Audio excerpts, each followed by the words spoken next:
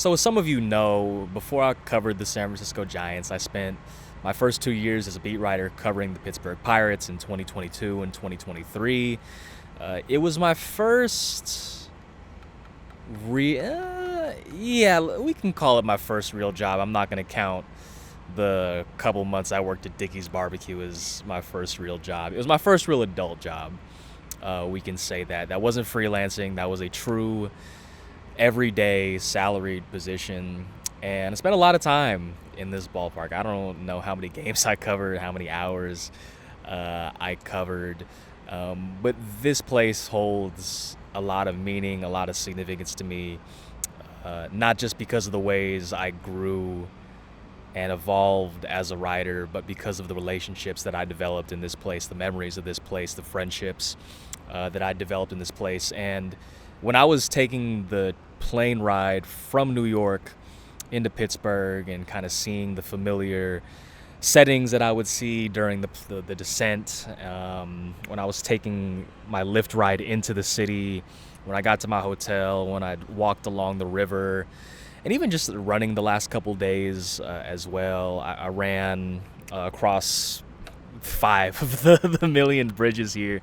It wasn't like a super strong wave of nostalgia necessarily. It was more so a feeling that it feels like I never really left. And I don't know what to chalk that up to. Maybe it's because this place has such a significance to me that in a way that I can never leave.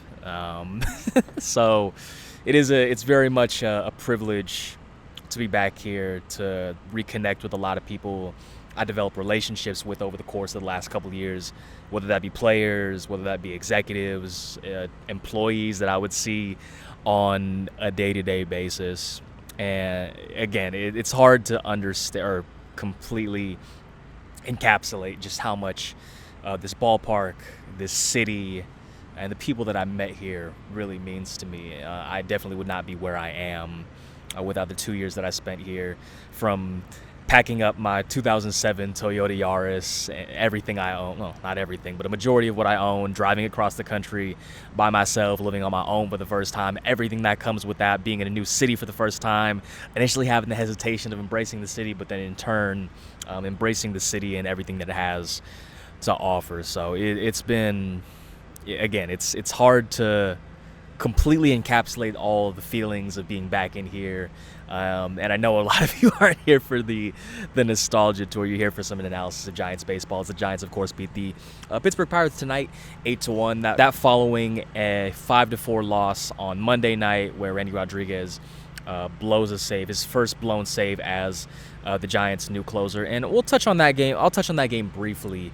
Justin Verlander had arguably his best stuff as a Giant, and we've kind of said something to that effect over the course of this season. We saw it, especially his outing against the Phillies when he makes that mechanical tweak. I think he went 6 innings, allowed the 2 runs and what was a 13-0 blowout loss to the Phillies. Actually, this was arguably the best one.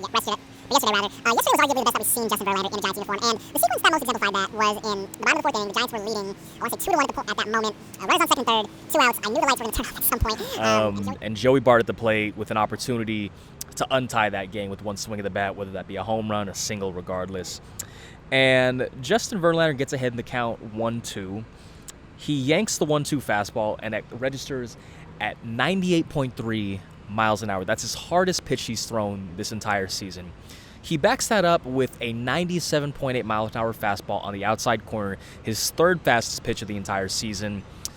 Rings up Joey Bart looking. Bart doesn't get the bat off his shoulders, and it ends up being a strikeout looking.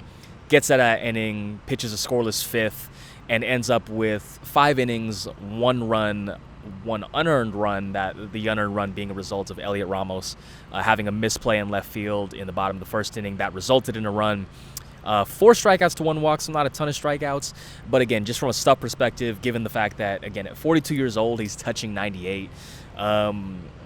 Thinking back in baseball history, the amount of 42-year-olds you can say have confidently hit that velocity is probably Randy Johnson, Nolan Ryan, Aroldis Chapman. I don't think Chapman's not 42, but it's a very few amount of arms that have been able to hit that velocity. And Justin Verlander is objectively past his prime. That's not outlandish to say. He's not the Justin Verlander who he was in the mid-2010s.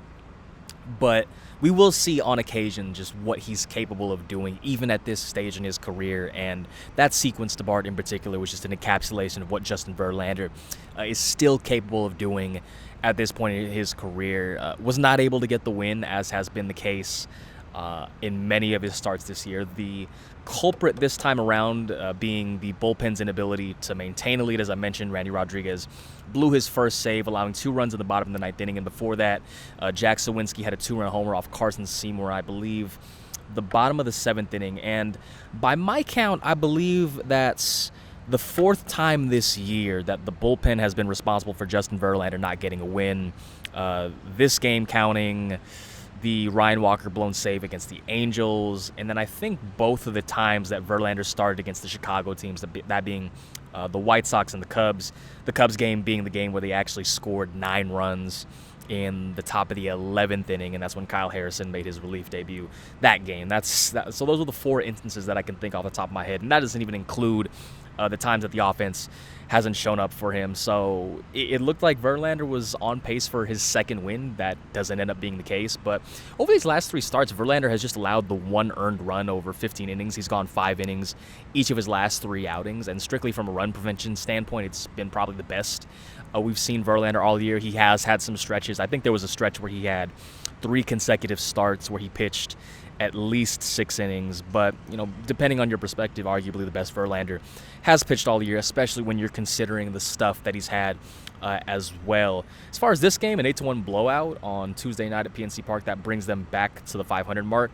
Pretty much a complete team win. Logan Webb goes 6 innings of 1-run ball, strikes out 10 batters, just the 2nd time in his career that he's had at least 10 strikeouts in back-to-back outings. He joins the 1,000 career inning club in the process. There's only been 7 Giants to do that this millennium. 3 Giants homer, that being Willy Adames, his 18th of the season, Christian Koss, his 3rd of the year and his 1st since coming off the injured list, and Gerard Encarnacion, his 1st of the year, his 1st also since coming off of the injured list as well. Every single member of the starting lineup got a hit. Matt Gage pitched 2 scoreless innings. Tristan Beck pitched a scoreless inning as well to top off the win. And diving into Encarnacion in particular, with Mike Yastrzemski being traded to the Kansas City Royals, the Giants' right field room as of right now consists of Grant McCray and Gerard Encarnacion, both of whom are incredibly toolsy.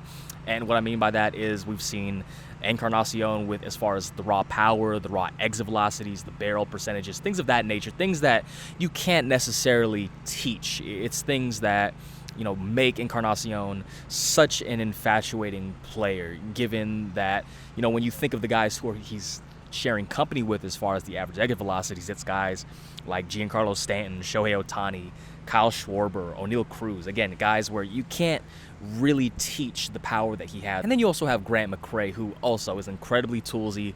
The speed, the arm strength, the pop, despite his frame, although it wouldn't look like it, he is capable of generating some pretty eye-opening average exit velocities. And as of right now, that right field starting position is pretty open as far as who's going to get more playing time, whether it's McCray or Encarnacion.